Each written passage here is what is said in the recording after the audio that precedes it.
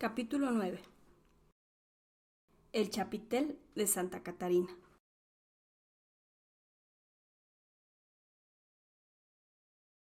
Agustina, la antigua y fiel camarista que sirvió y acompañó a la difunta condesa hasta sus últimos momentos, tenía una modesta habitación en la calle del chapitel de Santa Catarina, en la cual se refugiaba 3, 4 y hasta 5 días cuando estallaba alguna tormenta en la casa de don Juan Manuel, o el carácter violento de don Diego la obligaba a evitar su presencia.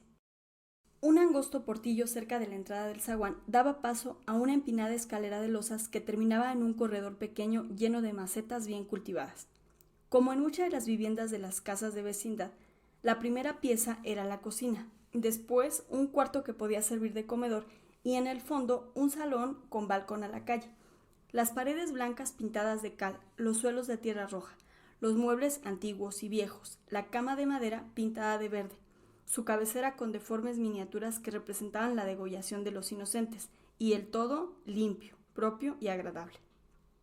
Lo que había, no solamente curioso, sino sorprendente, era un nicho de cristales de Venecia y dentro una Virgen de las Angustias con su hijo muerto, descoyuntado y sangriento, que caía de su regazo al suelo, al que con sus débiles manos trataba de levantar y sostener.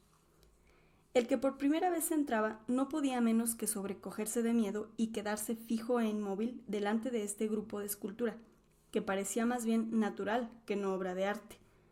En un rato de bueno o de mal humor, el conde, que no era muy devoto, había hecho este regalo a la criada de confianza, y ésta, antes de que pudiera arrepentirse, se apresuró a trasladarlo a su sala. Desde entonces la casa no estuvo sola.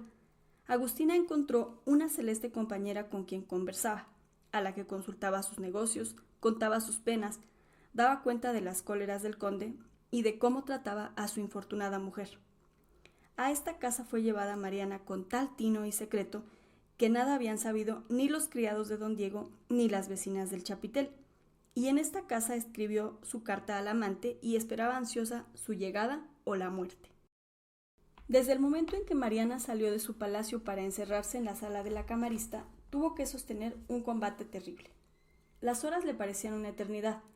No anunciándose los síntomas precursores que debían determinar un desenlace, se figuraba que el amante no había recibido la carta, o que no acudiría con exactitud a la cita.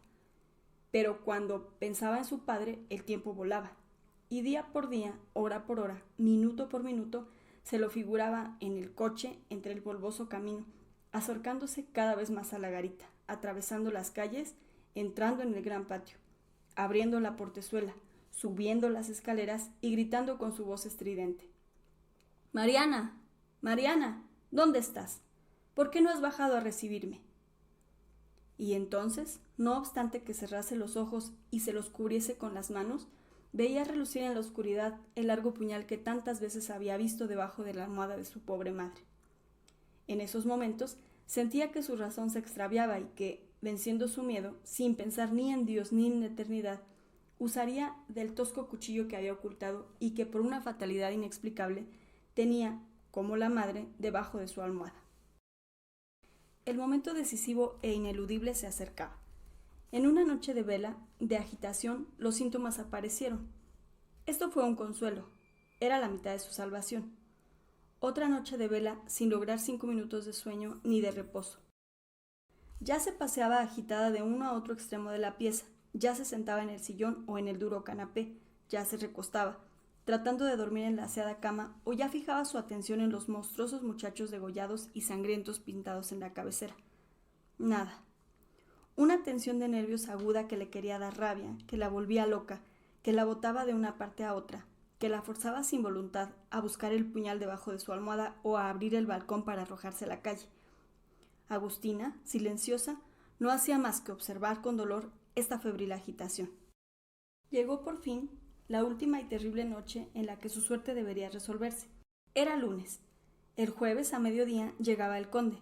Un criado se había adelantado con una carta urgente para una persona con quien tenía un asunto grave, y Agustina había sido advertida. Mariana estaba ya casi loca. Los dolores la hacían sufrir, pero más que todo su espíritu sucumbía. Se quejaba. No podía llorar. Sus ojos, más bien ardientes e inyectados, se dirigieron a la afligidísima y triste Virgen y le pareció, todavía más que a Agustina, que aquellos ojos de donde corrían las lágrimas se desviaban un momento para mirarla afectuosamente, que aquellos labios entreabiertos y pálidos se movían y le hablaban, que las manos blancas y torneadas abandonaron un momento su preciosa carga y se tendían hacia ella para sostenerla. Mariana separó los cabellos que en desorden le caían sobre la frente. Quedó un momento entre la vida y la muerte, como si su alma se hubiese separado de su cuerpo, y derramando un torrente de lágrimas, cayó de rodillas con las manos enclavijadas, exclamando: Señora mía de las angustias, Madre piadosa de los afligidos, ampárame en este trance terrible de mi vida, o dame fuerzas para salir de este mundo. No es un crimen, Madre mía, mi alma está inocente y pura, a ti te ofrezco mi vida, de ti espero mi salvación. No pudo concluir su ferviente plegaria, porque las fuerzas le faltaron, pero Agustina, presurosa, la sostuvo, la levantó y la condujo a la cama. Dios mío, me muero. Y dio un agudo grito. Pero a poco otro grito de júbilo resonó en la estancia y fue escuchado por la maravillosa imagen. Salvada, salvada. Gracias, Madre mía, gracias. Virgen Santa de las Angustias. Mientras pasaba esta escena en la apartada y silenciosa vivienda que hemos descrito, no obstante que ya esté muy avanzada la noche, tenemos que dar un paseo por el chapitel, sin miedo de ladrones, pues de por fuerza el sereno tendrá que estar despierto, como en efecto lo estaba en ese momento. Levantóse del quicio de una puerta donde estaba sentado, tomó su farol colocado en medio de las 4 esquinas y cargando la escalera se dirigió con un ligero trote al primer farol que estaba apagándose, y así continuó con los demás, con lo que se consiguió que quedasen un poco más visibles los edificios viejos y descascarados, las ventanillas y balcones con papel en lugar de vidrios, los grandes agujeros del empedrado y del caño con sus aguas negras y espesas que corre a lo largo de esta triste calle y por algunas partes la llena hasta ser difícil el paso. Al principio de esta calle está la parroquia de Santa Catarina Mártir, con su pequeño atrio rodeado de pilastras con gruesas cadenas de fierro, a semejanza de la entrada de un castillo feudal. Enfrente, el mercado del barrio, formado de tablas de tejamanil muy viejo, sucio y remendado por todos lados, que, aunque cerrado en la noche, despedía un olor acre de cebollas, ajos y vegetales en descomposición. A lo largo, por un lado, el imponente y sombrío edificio de Santo Domingo, de tezontle amoratado; por el otro, la peligrosa avenida de Santana, que termina en la garita de los Pulques. Cuando el sereno, habiendo acabado su trabajo de encandilar los faroles, colocaba su escalera contra la pared de la esquina, sonaron lentamente las 12 de la noche en el reloj de la parroquia. «Ya no debe dilatar mi comandante», dijo el sereno. «Acaban de dar las 12. Voy a avisar al guarda del mercado». En efecto, se dirigió al guarda del mercado y habló 4 palabras con él, lo que bastó para que éste tomara su farol y se fuese a esconder en el callejón. La calle del Chapitel estaba oscura y desierta, lo mismo que las inmediatas. De cuando en cuando se oía el rechinido de las botas y de los tacones de algún vecino retardado que daba vuelta por las calles de Celaya o la Puerta Falsa, y todo quedaba después en silencio, que era solamente interrumpido por el monótono ruido del chorro de la fuente del mercado y de los muchos gatos que andaban en sus amorosas excursiones por los tejados de las tiendas. La noche estaba oscura y amenazaba uno de esos formidables aguaceros tan frecuentes en la estación de julio a octubre. Una persona no acostumbrada a las calles de México no habría pasado con mucho gusto ni muy segura por la vieja y solitaria calle del Chapitel. Un hombre, sin embargo, tenía que hacer en ella. Embosado en un largo capotón azul, pegándose a las fachadas de las casas, vino de por el rumbo de Santo Domingo, tocó el hombro del sereno que estaba medio sentado en la columna de la esquina y habló con él algunas palabras en voz baja. «Entendido, mi comandante», dijo el sereno. «Cuando usted quiera». «Al momento», contestó el embosado. «Va a dar la 1 y es la hora precisa de la cita». El sereno volvió a cargar en sus hombros la escalera y, seguido del embosado, siguió hasta la mitad de la calle y la aplicó al balcón de una casita situada junto al cuadrante de la parroquia. El embosado subió y a un ligero toquido se entreabrió la vidriera del balcón. Espere usted un momento, encenderé la luz. Todo va bien hasta ahora». Apagué la vela para que no fuese a observar ninguno de la vecindad. Todo está solo y cerrado, contestó Juan. Nadie me ha visto. ¿Y Mariana? Aquí, Juan. He salido con bien y viniste. Ya sabía yo que habías de venir. Solo temía que no hubieses recibido mi carta. Mariana buscaba las manos de Juan en la oscuridad. Agustina había cerrado el balcón y encendido las palmatorias colocadas delante del nicho de la Virgen. Juan se encontraba junto a la cama donde estaba recostada Mariana. He perdido quizá el honor, mi porvenir y mi carrera, y después también perderé la vida. Pero no me importa todo por ti. Mariana, he venido, y estoy contento. Juan estrechó a Mariana en sus brazos y le dio un ardiente beso. Todo lo he perdido también por ti, Juan. Honor, títulos, riquezas, quizá también la vida más adelante. Pero estoy contenta, como tú. Y a su vez, Mariana estrechó a su amante en sus brazos y correspondió su amoroso beso. Únicas, pero sinceras y ardientes caricias. No hay tiempo que perder, Mariana, dijo el amante. Por una disposición del comandante general, las patrullas deben recorrer la ciudad desde la 1 de la mañana, porque temen no sé qué movimientos de los barrios.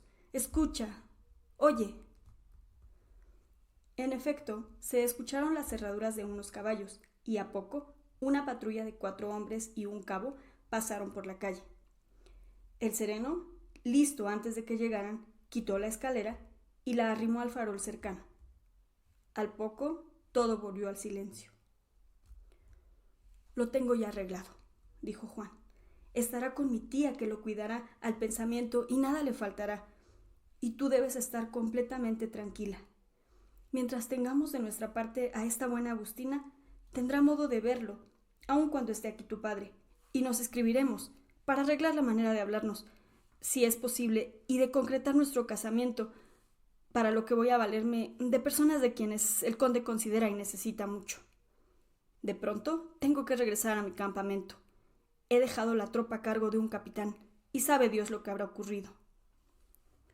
Juan descendió con mucho tiento por la escalera que había vuelto a colocar el sereno, y cuidando mucho un bulto que tenía en un brazo y cubría con su espeso capotón azul.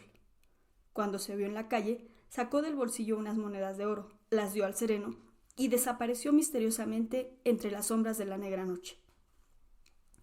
3 días después, Mariana estaba recostada en su lecho en la recámara de su casa de la calle de don Juan Manuel. El conde, de regreso de la hacienda, la encontró con el médico a la cabecera. No era gran cosa, un resfrío que pasaría. La calentura había disminuido y únicamente se necesitaba del reposo y de una dieta moderada para que volviese a la salud. Juan, a su vez, devoró el camino y con el caballo casi moribundo de fatiga llegó al campamento. No encontró más que a los indios queseros de la hacienda de San Nicolás, que atravesaban la montaña con sus guacales a las espaldas. Tomó de ellos, y en las haciendas cercanas, informes, y supo que Gonzalitos había entrado y salido de Toluca, que Vaninelli no lo había atacado, sin duda por la falta de combinación, que una brigada permanecía en Lerma y que su tropa, encontrándose sin jefe, se había desbandado y el capitán regresado a México con los soldados viejos y aquerenciados con su coronel. Perdido, completamente perdido. En donde quiera que me encuentre Vaninelli me fusilará. Sin embargo, sé que hice bien. Mariana se habría matado. Y lo volvería a hacer. Y diciendo esto, Juan, en lugar de regresar a México, tomó a galope el camino de la frontera.